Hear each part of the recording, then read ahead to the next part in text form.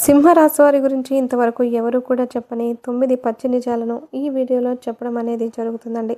కాబట్టి వీడియోని ఎక్కడ కూడా స్కిప్ చేయకుండా మీరు ఎన్ని పనుల్లో ఉన్నా సరే 10 నిమిషాలు ఓపికగా వినడం వల్ల మీకు అసలు మీ గురించినటువంటి ఆశ్చర్యకరమైనటువంటి ఆ పచ్చి నిజాలు ఏంటనేది అన్నీ కూడా చక్కగా అర్థమవుతాయి. అలాగే వీడియోని ఎక్కడా కూడా స్కిప్ చేయకుండా చూసి ఒక లైక్ ఇచ్చి సపోర్ట్ చేయండి. ఎందుకంటే చాలామంది కూడా ఏంటంటే నాణానికి ఒక కోణం వైపు చూపిస్తూ ఉంటారు.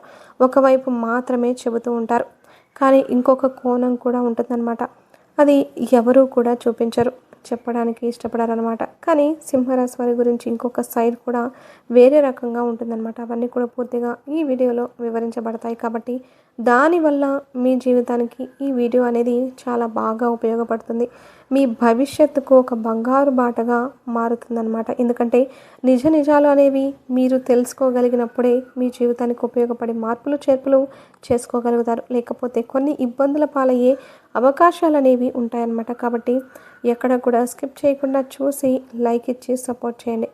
గురుడి బలం అనేది వీరి రాశిపరంగా పుష్కలంగా ఉంటుందన్నమాట. కాబట్టి ఈ సింహరాశి వారిని మనం అదృష్టవంతులుగా చెప్పుకోవచ్చు. ఎందుకంటే జాతకంలో గురుబలం ఉండాలి అని అంటే ఒక అదృష్టం ఉండాలన్నమాట. ఏ మనిషికైనా సరే, ఏ రాశికైనా సరే, సింహరాశికే కాదండి, ఏ మనిషికైనా వారి జీవితంలో గురుబలం ఎవరికైతే పుష్కలంగా ఉంటుందో వారికి సమస్యల సంఖ్య అనేది చాలా తక్కువ సంఖ్యలో ఉంటుందన్నమాట.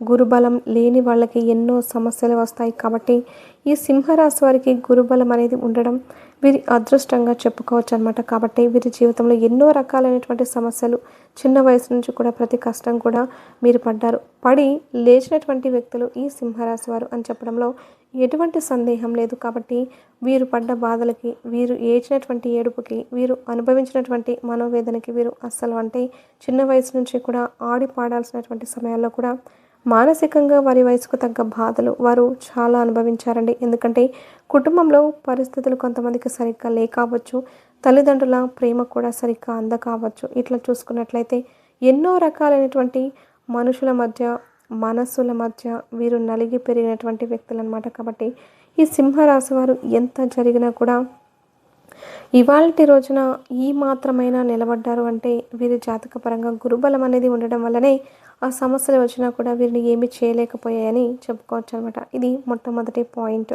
ఇక రెండో పాయింట్, సింహరాశి వారు చాలా అందంగా ఆకర్షణీయంగా ఉంటారనమాట. స్త్రీలు కావచ్చు లేదా పురుషులు కావచ్చు, మంచి రూపం కలిగి ఉంటారు. వీరిని చూసినప్పుడు ఎవరైనా సరే ఎదుటివారు ఆకర్షితులు అవ్వాల్సిందే. ఇంత చక్కగా ఉన్నారు ఏంటి అని చెప్పేసేసి ఎదుటివారు తప్పకుండా అనుకోవాల్సిందే అనమాట. అంటే కనురెప్ప కూడా తిప్పుకోలేని అందం వీరి సొంతం.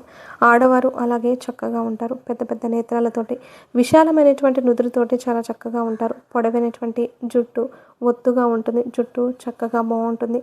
అలాగే పురుషులు కూడా చాలా చక్కగా ఉంటారండి. మంచి హెయిర్ స్టైల్ తోటి, మంచి హైట్ తోటి, మంచి పర్సనాలిటీ తోటి చూడడానికి చాలా చక్కగా ఉంటారని చెప్పుకోవచ్చు అనమాట. వీరి రూపం ఎంత చక్కగా ఉంటుందో అలాగే వీరి గుణం కూడా అంతే చక్కగా ఉంటుందని చెప్పుకోవచ్చు అనమాట. ఎదుటివారికి చాలా గౌరవ మర్యాదలు ఇస్తూ ఉంటారు. ఎదుటివారిని ఎక్కడా కూడా నొప్పించారనమాట. ఎవరినైనా సరే అంటే ఏదైనా ఒక మాట కానివ్వండి, వాళ్ళ యొక్క ప్రవర్తన కానివ్వండి, ఎవరిని కూడా ఇబ్బంది పెట్టే వ్యక్తులు కాదనమాట. ఎందుకంటే చిన్నప్పటి నుంచి కూడా అన్ని రకాలైనటువంటి మనుషుల మధ్య, పరిస్థితుల మధ్య నలిగి పెరిగినటువంటి వ్యక్తులు. కాబట్టి అలాంటివన్నీ వీరు గమనించి ఉన్నారు. కాబట్టి అవన్నీ వీరికి బాగా అర్థమవుతాయి. లోతు ఆలోచన కలిగినటువంటి వ్యక్తులుగా వీరిని చెప్పుకోవచ్చు అనమాట. ఇక మూడో పాయింట్ ఏంటంటే, మనకి ఇక్కడ చూసినట్లయితే సింహం సింబల్ అనేది చూపిస్తూ ఉంటుంది. అలాగే ఈ సింహ రాశి వారు కూడా ఏంటంటే జీవితంలో ఒక మంచి టార్గెట్ నుంచి కలిగి ఉంటారు. అలాగే బాగా శ్రద్ధ కలిగినటువంటి వ్యక్తులు, భక్తి కలిగినటువంటి వ్యక్తులు అనమాట. వీరి జీవితంలో కనుక ఒక ఆలోచన చేసి ఏదన్నా ఒక పని కావచ్చు, ఒక ఆలోచన కావచ్చు, మేము ఇది చేయాలి అని చెప్పి వాళ్ళు ఫిక్స్ అయ్యారంటే అది సాధించే వరకు నిద్రపోరు. మీరు అనుకున్నటువంటి లక్ష్యాన్ని చేరాల్సిందే అనమాట. వీరి టార్గెట్, వీరి గురి అనేది ఎప్పుడు కూడా ఏ విషయంలో కూడా తప్పదండి.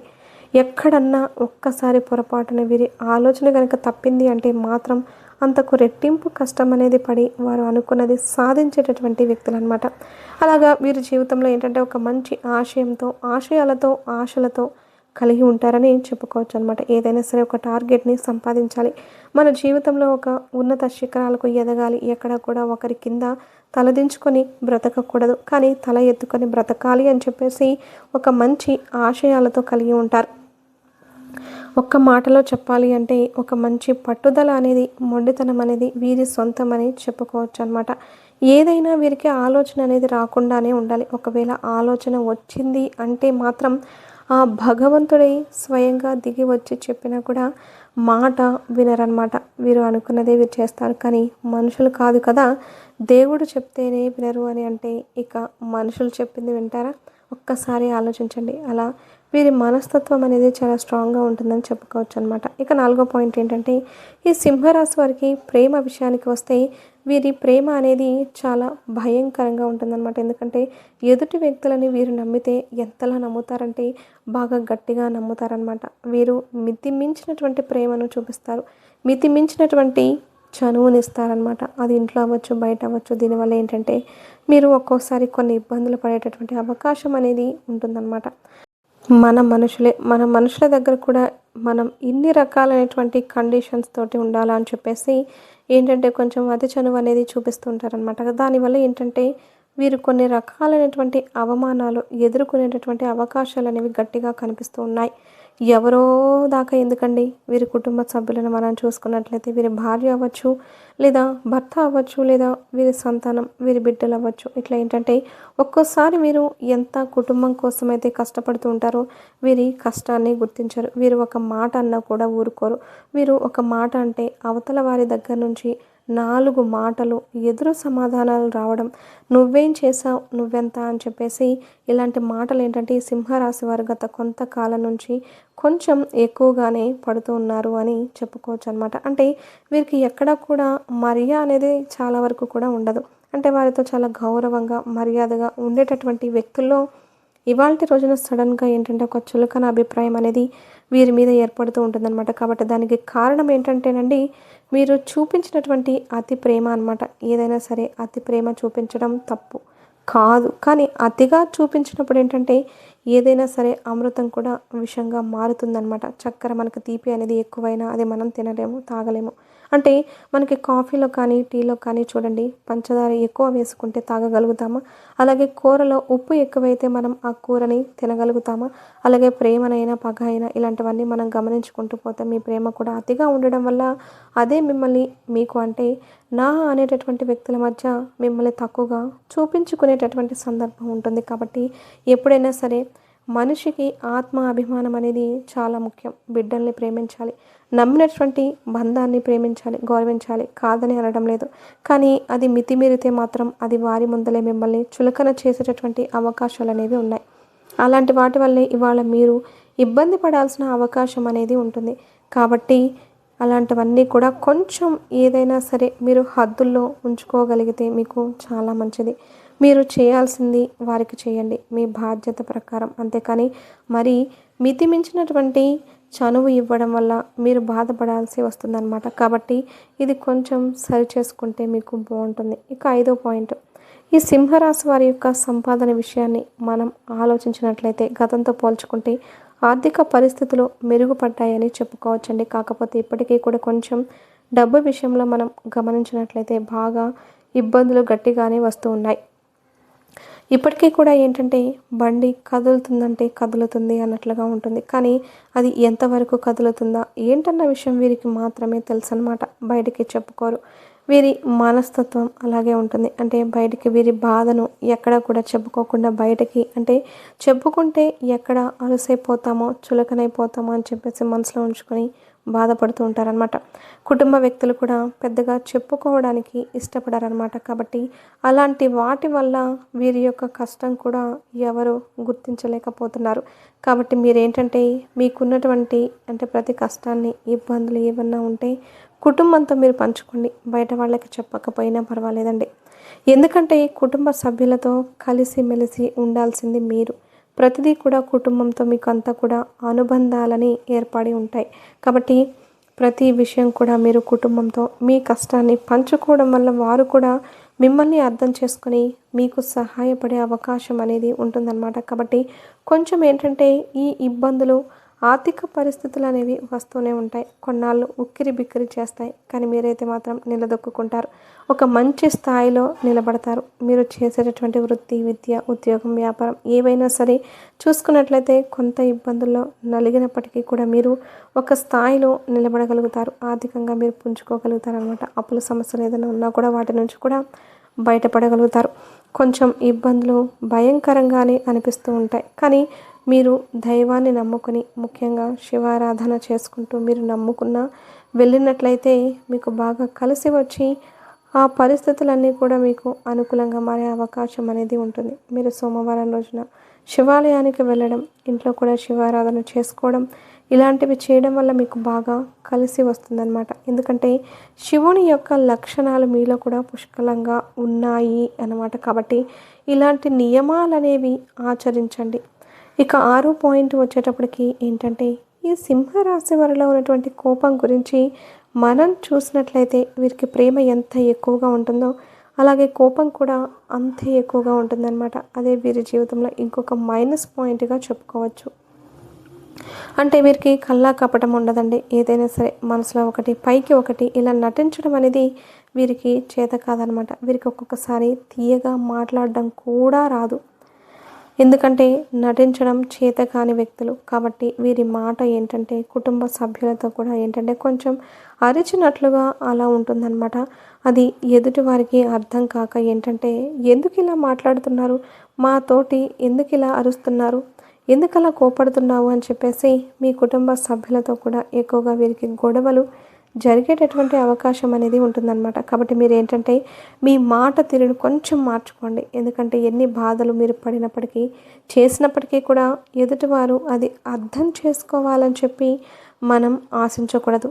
వారి ఆలోచన వారికి ఉంటుంది. కుటుంబం కోసం కష్టపడాలి కదా అన్నట్లుగా వారు ఆలోచిస్తూ ఉంటారు. కానీ ఇలాంటివన్నీ వారు పట్టించుకోరన్నమాట. కాబట్టి ఏదైనా సరే నిదానంగా నిమ్మలంగా మీరు ప్రేమగా ఓర్పుగా ఎదుటి వారిని పలకరించి చేసినప్పుడు అది కూడా మీకు తిరిగి వచ్చేటటువంటి అవకాశం అనేది ఉంటుందన్నమాట. మీరు పడ్డటువంటి బాధల వల్ల ఒక్కొక్కసారి మీ మాట కటువుగా ఉంటుంది, మీ మాట వెనకమాల ప్రేమ ఉంటుంది. కానీ అది ఏదైనా సరే బయటికి అర్థం కావండి. కాబట్టి ఏదైనా సరే మనం కోపం ఎలాగైతే బయటకు చూపిస్తే ఎదుటి వారికి తెలుస్తుందో అలాగే ప్రేమను కూడా బయటకు చూపించాల్సిందే. చూపించినప్పుడు ఏంటంటే వారి ప్రవర్తనలో కూడా మార్పు వచ్చి మనల్ని గౌరవించే అవకాశం అనేది ఉంటుంది. కోపాన్ని కొంచెం తగ్గించుకోండి. ఎక్కువగా అరవవద్దు, ఎక్కువగా ఆవేశపడవద్దు. ఏదైనా సరే మీ ధర్మం ప్రకారం ఒకసారికి 2 సార్లు చెప్పండి. వింటే బాగుంటారు, వినకపోతే వారికి అనుభవపూర్వకంగా వారే తెలుసుకుంటారు. అంతేకాని మీరు ఎక్కువగా కోప్పడి ఆవేశపడడం వల్ల మీరు శత్రువులుగా మారే అవకాశం అనేది ఉంటుంది. అలాగే మీ ఆరోగ్యం కూడా పూర్తి స్థాయిలో దెబ్బతినే అవకాశం అనేది ఉంటుందన్నమాట. ఈ విషయంలో జాగ్రత్తగా ఉండండి. ఇక 7వ పాయింట్ వచ్చేటప్పటికి ఈ మధ్య మీ ఆరోగ్యం అనేది చాలా వరకు కూడా దెబ్బతిందండి. ఈ మధ్య మీరు గమనించినట్లయితే మీకు కొంచెం కాళ్ళ నొప్పులు, నడుము నొప్పులు, అలాగే కొంచెం తలనొప్పి, కొంచెం భుజాల నొప్పులు, జాయింట్ పెయిన్స్, కండరాల నొప్పులు, గ్యాస్ ప్రాబ్లమ్స్, కొంచెం తలనొప్పిలాగా రావడం ఇలాంటివి చిన్న చిన్న హెల్త్ ప్రాబ్లమ్స్ మీకు వస్తున్నాయి. ఇంకా నిద్ర పట్టకపోవడం మీకు బాగా ఉందన్నమాట. మీరు రాత్రి పడుకుంటారే కానీ మీరు అస్సలు నిద్రపోరు. మీకు ఏదో ఒక గంట సేపటికి నిద్ర పడుతుంది. 7 గంటలు నిద్రపోవాల్సిన వాళ్ళు 1 గంట నిద్రపోయి లేస్తున్నారనమాట. కాబట్టి మీకు చాలా అలసటగా ఉంటుంది. ఎందుకంటే ఆరోగ్యం అనేది చాలా వరకు కూడా దెబ్బతిందండి. కాబట్టి మీరేంటంటే పరిస్థితులు చాలా రకాలుగా మన చుట్టూ ఉంటాయండి. దాని కాదని ఎవరు కూడా అనరనమాట. కొన్ని చెప్పుకునేవి ఉంటాయి, కొన్ని చెప్పుకోలేనివి కూడా ఉంటాయన్నమాట. కానీ మన చేతిలో ఏమీ లేదు. మన కర్మానుసారంగా ఒక్కొక్కసారి మన ప్రమేయం లేకుండా మన జీవితం అనేది ఉంటుందన్నమాట. దానికి మనం చేయగలిగేది ఏమీ లేదు. ఆ దైవాన్ని నమ్ముకొని అలా ముందుకు సాగిపోవడం తప్ప ఆగిపోలేం కదా. బాధపడితేనే సమస్యలు తీరుతాయి అంటే ప్రతి మనిషిలో కూడా బాధపడుతూ ఉంటాం. కానీ బాధ ద్వారా సమస్యలు పెరుగుతాయి కానీ ఎక్కడా కూడా తగ్గవన్నమాట. కాబట్టి మీరేంటంటే ఇలాంటివన్నీ కూడా పట్టించుకోకుండా మీ ఆరోగ్యం మీద కాస్త దృష్టి పెట్టుకోండి. మీరు మనశ్శాంతిగా ఎప్పుడైతే ఉంటారో మీకు ఆకలి, ఆహారం, నిద్ర తప్పక ఇవన్నీ కూడా సమంగా ఉండేటటువంటి అవకాశం అనేది ఉంటుందన్నమాట. కాబట్టి ఈ విషయంలో మీరు జాగ్రత్త అనేది తప్పనిసరిగా తీసుకోండి. ఓవర్గా టెన్షన్ పడద్దు, ఓవర్గా ఆలోచించద్దు. నారు పోసిన వాడు నీరు పోయడండి. కాబట్టి అతి ఆలోచన అనేది మీకు వద్దు. కొంచెం ఇలాంటి చిన్న చిన్న మార్పులు చేసుకోండి. ఇక 8వ పాయింట్, ఈ సింహరాశిలో ఉన్నటువంటి విద్యార్థులు ఎవరైతే ఉన్నారో విద్యార్థులకు చాలా బాగుంటుందండి. అంటే చక్కగా చదువుకునే అవకాశం అనేది ఉంటుంది. వారు చదువుకునే విధానం కానివ్వండి, ఇలాంటి వాటి వల్ల తల్లిదండ్రులు కూడా వారి భవిష్యత్తుకు ఒక మంచి ప్లానింగ్ చేసే అవకాశం అనేది ఉంటుంది. విదేశాల్లో చదువుకు సంబంధించి చదువుకొని సెటిల్ అయ్యే అవకాశాలు అనేవి ఉంటాయి. వీరు పట్టుదలగా చదువుతారు, మంచి మార్కులతో పాస్ అవుతారు. కాబట్టి తల్లిదండ్రులు కూడా వీరి కోసం ఎంత కష్టాన్నైనా పడడానికి సిద్ధంగా ముందుకు ఉంటారని చెప్పుకోవచ్చు. ఒక్కొక్కసారి చిన్న చిన్న ఫెయిల్యూర్స్ వస్తాయి, భయంకరమైన పరిస్థితులు వస్తాయి. అలాంటప్పుడు మీరు మీ తల్లిదండ్రుల యొక్క సపోర్ట్ తీసుకొని చేసుకుంటే బాగుంటుంది. మీకు అవన్నీ కూడా మారి చక్కగా మీకు అనుకూలంగా ఉండే అవకాశాలు అనేవి పుష్కలంగా కనిపిస్తున్నాయి. విద్యార్థులకి బాగుంది, అలాగే తల్లిదండ్రులు కూడా అనుకూలంగా ఉందండి. ఇబ్బందులు వచ్చినప్పటికీ కూడా ఎక్కువసేపు మీతో నిలబడలేవని చెప్పుకోవచ్చు. ఇక 9వ పాయింట్ ఏంటంటే, భార్యాభర్తల మధ్య ప్రేమ అనుకూలత అనేది బాగుంటుంది.